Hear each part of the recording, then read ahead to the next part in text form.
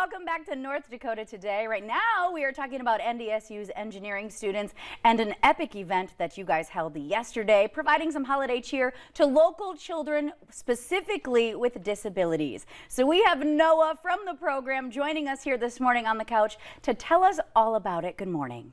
Good morning. How are you? I'm doing very well. How are you doing? I can tell you're doing very well, and I love that you came on today to share this with us.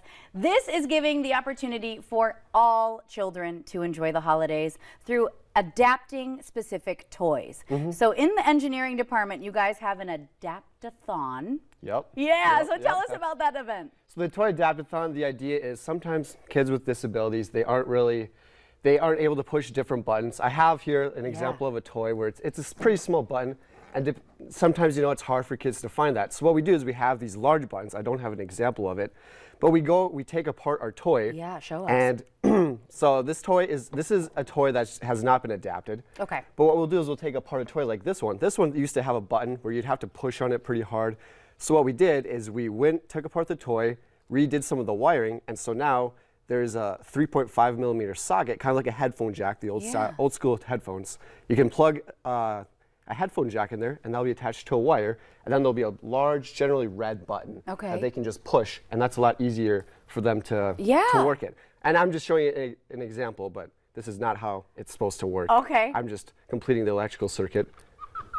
If you listen close, you can hear him say, "It's a Tickle Me Elmo," which last night, or as we were doing this, it was kind of creepy. There's just a room full of these random animatronic toys going off at random times as we are soldering and putting our circuits together. It's a little creepy, but you get used to it after a while. Yeah, I think everyone who's ever had a toy like this, or a Furby, those things can be a little creepy. Yeah. But this is actually an incredible program, again, to include all children, especially during the holidays, because they want to play with toys too, So I really love this. I've never even heard of a toy adapt-a-thon, so I think that's absolutely incredible that NDSU is hosting something like that. So what is it like when you're there? Oh, good, we're showing photos too. So you guys are hands-on. Walk us through what you guys are doing. Yeah, so what we do is we have a group of people. This year we had a group of people from the U of Mary also come that were not engineers, so they were able to help, and we were able to teach them kind of what we were doing, which was nice, and they were able to help and get in there and solder. But basically what it is, just a demo. You show them how you take apart the toy. The toys, maybe sometimes they get a little bit damaged.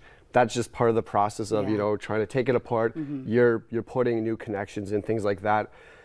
You find where the switches are. So normally this was just a regular switch when you push on it, just like a light switch. Okay. A little bit different, but you have to find just a little bit. You have to find the connections on either side of the switch and modify them, and then wire up some wires and then make them come outside of the body of the toy.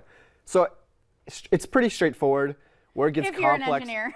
No, it's straightforward. The concept is simple. Yeah. But I don't know how many times I've taken something apart, put it back together. Why are there 3 screws still missing? That sort of feeling. Okay, love that. Yeah. So we all do that, even the engineers. Oh, yes. Oh, yeah. More than I'd like. It's kind of like, making cookies and leaving out the sugar. I've done that before, too. Oh, yeah, absolutely. Okay, so how many toys do you think you guys altered?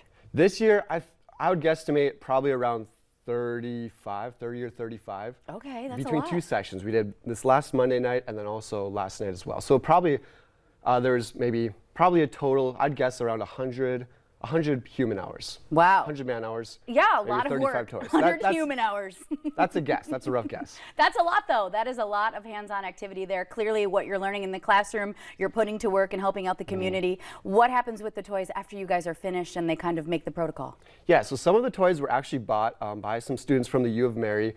And they were just, like this one has a Savers tag from Savers, and they're just going to be distributed to other kids in the area that need them. Wow. Other toys were given to us by kids that already own them, and now we're just going to give them back to. Yeah, they needed them upgraded for them. Exactly, yeah. So this is covering a wide variety, whether it's sensory issues or any type of special needs. What makes you want to help out and get involved? Last year, there was a club on campus. It's like an engineering club that I became a part of, and that's the club that hosts this. And I joined it because it was actually part of a requirement for credit.